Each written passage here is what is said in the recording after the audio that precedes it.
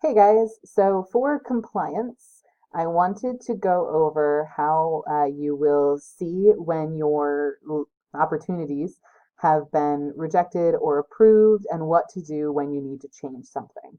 So if you are on your home page, when you go to your opportunities, I'm going to go back to the one that I had used in a previous video, my cool Star Wars one, and when I go into this, you go into your documents page.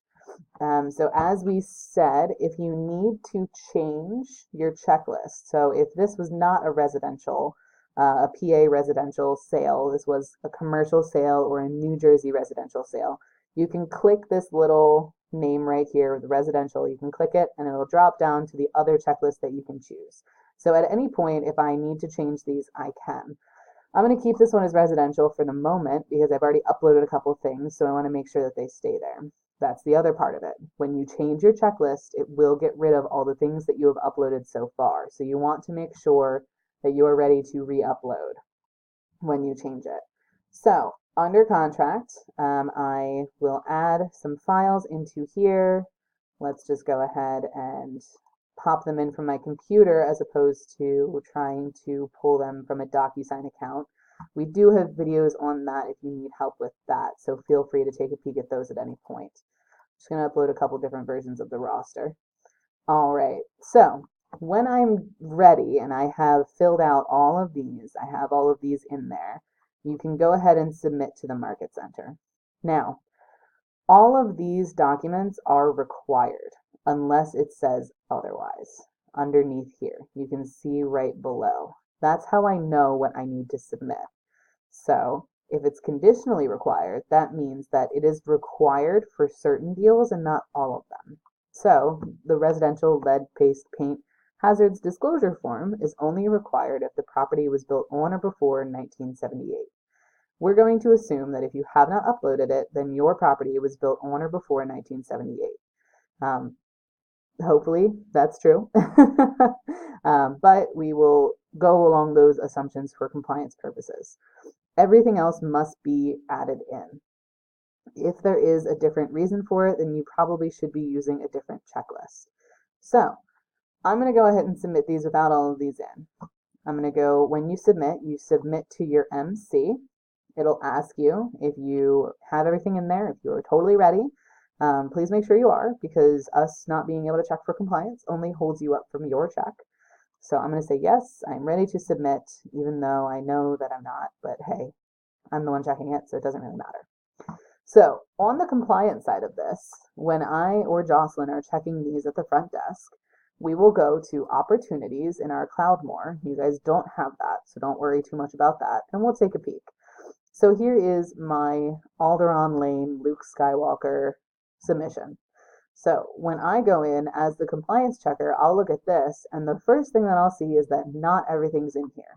So right off the bat, I know that this is going to be returned. So what I would do is I would open up my email address and my compliance email, and I would start an email to you guys letting you know, hey, just so you guys know, this opportunity has been returned because we are missing, and I would list those out for you. What I'm going to do for you guys for compliance, though, is make sure that things that you do have in there are correct. We won't just not check them. So we will review the documents, take a peek. Hey, that's not the right document. So when I click reject, it says I need to give you a reason for rejecting. So I'll write you a little note that says not the right document and reject it. So now it's been rejected, and as you can see on mine, it comes up with a little red X, says rejected, and there's a nice little comment box right here that says not the right document. That's the only communication we can have with you via command. That's the only information you'll get from us. So we try to be as specific as possible in those. Again, this is not the right document. For you guys, we could write something like not signed by second buyer on page 4. Things like those, just to get more specific and make sure you guys really know what's going on. All right, so I'll reject that. And then obviously this has been returned, so I'm going to go ahead and return it to my agent. And now that is showing up as returned on the screen here, fully returned, right? So as the agent, when I go to my home page, I won't get a notice saying that this has been checked and that it's been returned. That'll be up to you guys to make sure that you are taking a peek at those. So when I go to my home page, I'll go ahead and go into my opportunities and say, oh, I submitted that yesterday. Let me see if it's been checked. And I'll go into it and I'll say, okay, there it is. Look at my documents. Oh, there we go. Okay, so it's been checked and it's been returned. Why has it been returned? Okay, it's not the right document, not signed by the second buyer. Okay, so if this one's as easy as it's not signed by the second buyer and you get that signature and you want to throw it on there, it's as easy as clicking these three little dots and clicking replace. All right, so you can go ahead and collect something else. I'm going to go ahead and click there and upload that. Now, a note for you guys to know, if you try to upload something with the same name, so if I tried to upload that as kwmlr-roster-3.pdf, it wouldn't accept it. You have to name it something else. The new version has to be named something else. So you can literally just do kwmlr roster 3-1 or update or something, just something to make it distinctive. And then I'll go ahead and say, missing signatures obtained. And that lets your compliance team know that you looked, saw what the problem was, and fixed it. And then you can replace that.